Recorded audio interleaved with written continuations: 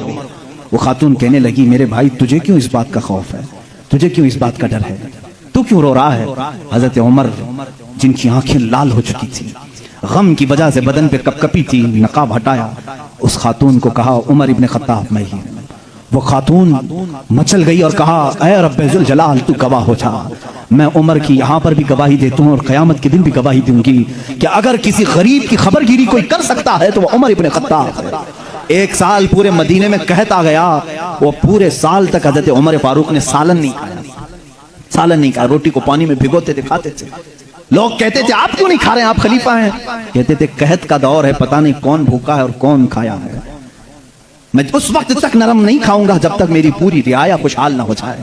حضرت عمر کا یہ نظام تھا، جس کے بعد حالات ایسے ہو گئے، صرف 2.5 سال کے بعد، صرف 2.5 سال کی خلافت کے بعد مدینے کے حالات یہ تھے میرے عزیزو، مدینے والے اپنی زکوٰۃ لے کر باہر آتے تھے، لینے والا کوئی نہیں تھا، زکوٰۃ لینے والا کوئی نہیں، سب زکوٰۃ دینے والے تھے۔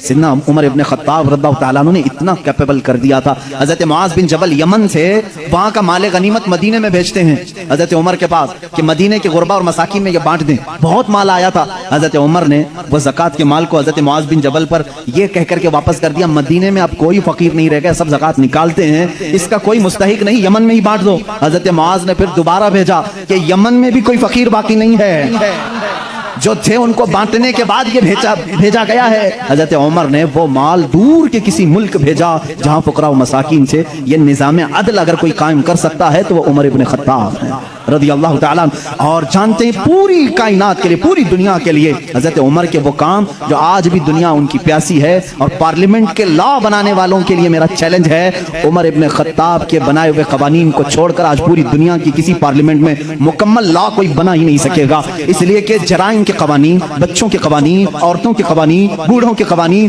سب کے قوانین سب سے پہلے حضرت عمر فاروق نے مرتب کیے۔ اور جانتے ہیں یہ لے آؤٹ بنانے والا سسٹم، ڈیولپ کرنے والا سسٹم، سٹی بنانے کا پلان سیدنا عمر فاروق کا دیا ہوا ہے۔ سب سے پہلے بصرہ اور کوفہ آپ نے بنایا تھا، یعنی ماسٹر پلاننگ کے ساتھ سٹی بنائی گئی۔ روڈ بنانے کا سب سے پہلا کام حضرت عمر فاروق نے کیا ہے۔ تاریخ سب سے پہلے حضرت عمر فاروق نے قائم کی۔ بیت المال کا نظام سب سے پہلے حضرت عمر نے قائم کیا ہے۔ مسجدوں کے مؤذن اور مسجدوں کے اماموں کے لیے تنخواہ کا سسٹم حضرت عمر فاروق نے قائم کیا ہے۔